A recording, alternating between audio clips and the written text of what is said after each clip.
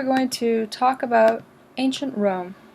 So we'll begin by looking at this map of the ancient Roman world, and as you'll see, the ancient Roman world covered a lot of space. So Rome united people of various cultures, but geographically it was quite large and incredibly varied. We aren't going to talk too much about artwork from all of the Roman Empire. We're going to mainly focus on objects from current-day Italy. So to begin with, why is ancient Rome important? Well, it's important in part because we are still living in the shadow of its legacy.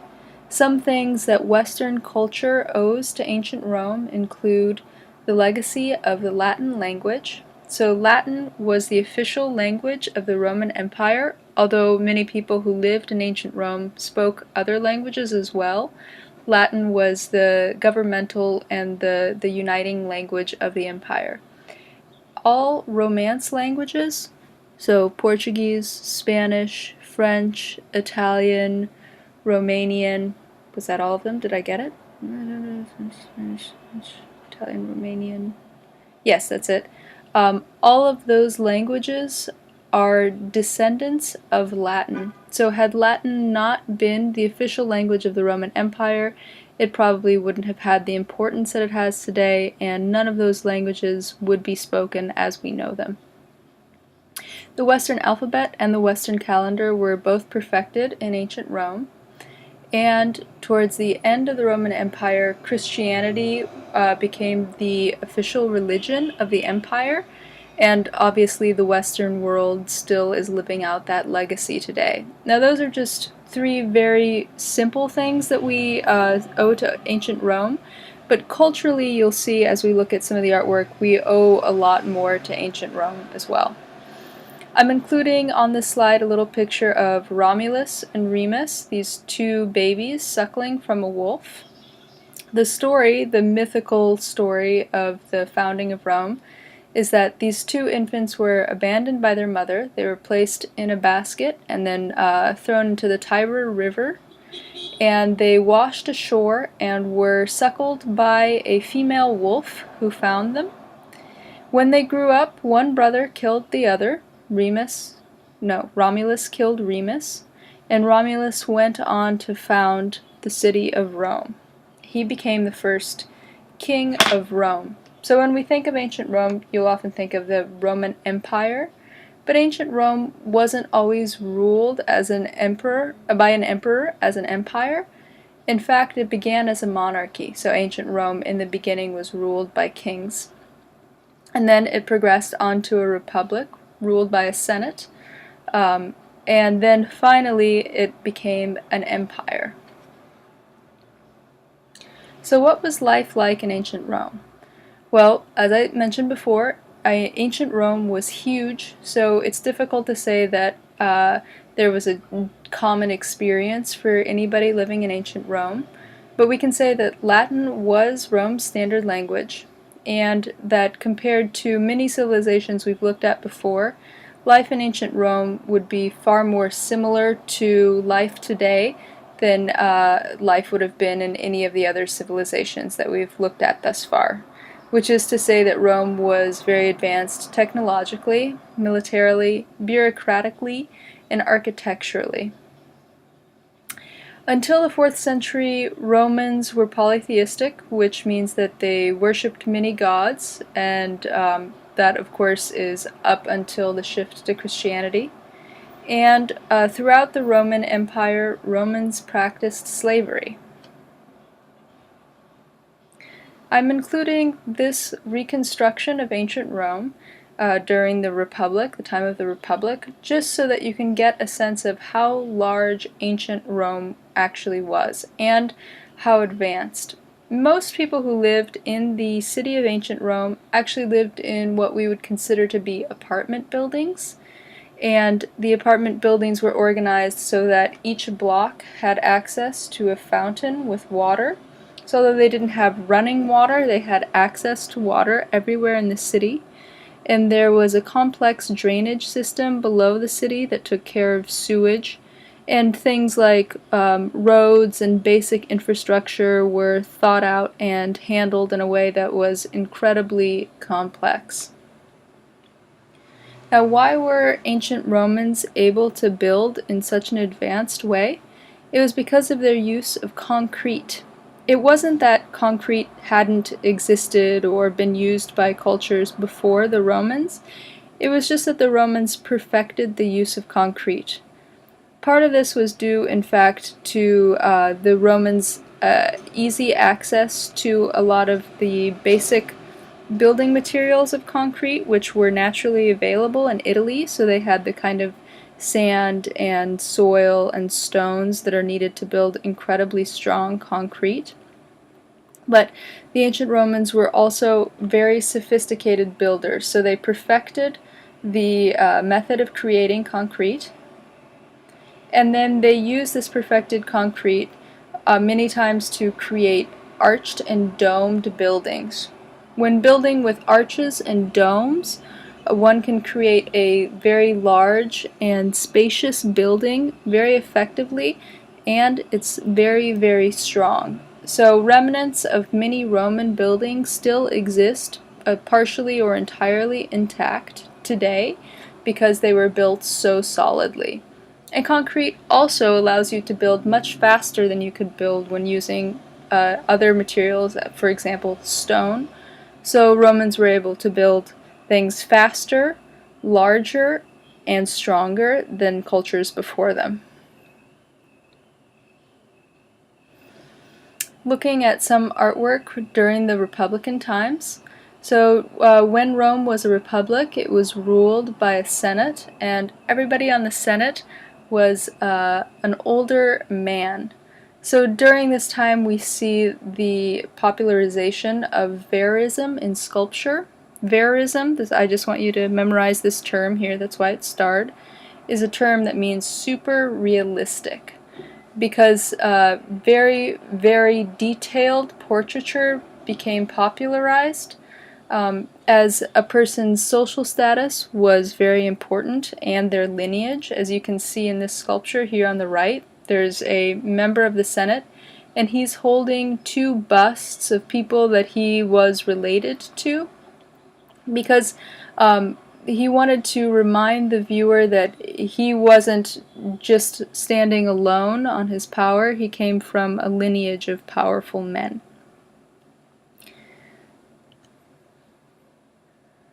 Some of you may have heard of the city of Pompeii, and Pompeii was a Roman city in southern Italy. It's become so famous because in the year 79 AD, Mount Vesuvius, which is that volcano that you see in the background of the picture on the left, erupted, and it buried the entire city in ash, hermetically sealing and preserving the city just as it was in the year 79 AD. This was recently became famous because of that movie Pompeii, and yes, it is based on this true historical event. When the city was covered in ash, many people realized that the volcano was about to erupt and left, but some of them didn't leave. They wanted to stay with their homes, and as a result, they died. The ash that covered the city was so hot that their bodies were actually burnt to cinders. Nothing was left. And when archaeologists were excavating Pompeii, they would run into these open holes in the ash, and they realized that if they filled them with plaster, they'd be able to take casts of the bodies that had been burnt away. And so here are some of the casts of bodies of people who remained in Pompeii when it was buried in ash. This one of the dog on the bottom I find incredibly poignant. Pompeii is a very important historical location because it gives us an idea exactly of what life would have been like in this one moment in time, since the volcano's eruption served to essentially freeze that moment in 79 AD. The city can be visited. There's a picture on the upper right of what it would be like to walk through Pompeii. Although some of the buildings were fairly badly destroyed. Many of them are well preserved, for example, the one on the lower right, where you can still see remnants of paintings. Most paintings from ancient Rome were lost, simply because of the passage of time. Paintings don't hold up quite as well as large stone buildings do, but the paintings that we do see from Pompeii make you wonder what other paintings from Pompeii and from ancient Rome would have looked like if only they'd survived. My favorite is the Dionysic mystery frieze that was found inside of a house that was dubbed by archaeologists the Villa of Mysteries because the painting itself is so mysterious. No one really understands its significance, but if you look closely, you'll see in the center there's a god, and he appears to be getting drunk. He's being given wine by someone, and if you follow the narrative all around the walls, there's a woman who seems to be initiated into some sort of mystery ritual that involves, among other things, getting drunk and being whipped. You'll see the winged angel figure on the right side of the wall there. She's actually holding a whip, and she's about to bring it down on the back of the woman who's kind of crouched on the far right. Again, this is very mysterious, and although it involves Greek gods, we can't really say anything else about it conclusively.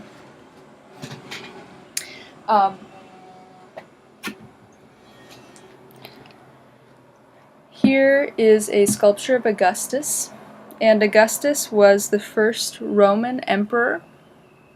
He was successful, popular, and deified, and he ushered in the Pax Romana, which were 2 centuries of peace and prosperity in ancient Rome.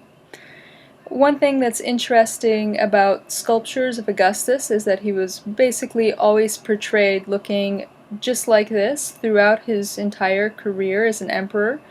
We know that he would have, of course, been much aged, but most people in the Roman Empire would never have gotten the opportunity to see him in real life and would have only seen representations of him. So it makes sense that he would choose to have himself always represented as young and handsome and in good health. On his breastplate are images that align him with the Greek gods, so making him semi-deified. And on the bottom there is a small image of Cupid riding a dolphin, again aligning him with the gods. I would like you to remember who Augustus was, because he is one of the most powerful and most famous Roman emperors. I placed some pictures in here so that you can maybe try and guess what we're going to talk about next. It's an example of ancient Roman architecture, and it became popularized by this movie, which I'm sure some of you may have seen. We are, of course, going to look at the Colosseum. And the Colosseum is a marvel of ancient Roman architecture. Some people would like to say that perhaps it even encapsulates what's most important about ancient Roman architecture. What do we mean by that? Well, first, it was made of concrete. It's incredibly strong. Look how much of it still exists today. Most of what's been removed was actually removed by subsequent builders who wanted to use parts of the building for their architectural projects. It was constructed with the use of arches, and this structure was used by basically everyone that was living in the city of ancient Rome. It was in the center of the city, and it was used as a sports stadium. The only difference between this sports stadium and the sports stadiums of today is that the sport that was staged most often in the Colosseum were gladiatorial combats. And gladiatorial combats were combats to the death of slaves that were trained to fight. And they would fight each other, or they would fight animals, or when someone, a criminal, was sentenced to death, they would be placed in the Colosseum and they would be killed in any number of various gruesome ways. When you look at an aerial view of the Colosseum, you'll see that there are still remnants of all of the cages and the small rooms where the gladiators would train and would wait for their turn to be brought up to the arena, the center of the Colosseum, or where animals were caged, or convicts were caged before they were brought up to the center to essentially meet their death. Another noteworthy fact about the Colosseum is that its true name is actually the Flavian Amphitheater. Since this here is an amphitheater, it's a type of theater, and Flavius is the emperor who actually had it built. It earned the nickname Colosseum in ancient times because there was once a colossal statue next to it, but the statue has long since been completely gone. Another very important architectural marvel from ancient Rome is the Pantheon. And it's important to note that the Pantheon is the building that has the largest dome for centuries. Following it, no other culture was able to or chose to build a structure with such a large continuous dome. The Pantheon was constructed as a temple to all gods, so Pan means across, so across all of the Greek gods. And inside it's a large open circle. There is an oculus, so a hole on the top of the building that allows for light to stream through. And all along the walls were lined with statues of the Greek gods. It was supposed to give a feeling of unity, but also to dwarf everyone who walked in with its large open space. Here is a cross view of it so you can better imagine what it would be like to walk into the Pantheon. This is a restored version of it since much has happened since it was built in antiquity. And you can imagine walking in and seeing sunlight stream through, and what an incredible experience that would have been. I chose to just briefly show you an example of artwork from elsewhere in the Roman Empire.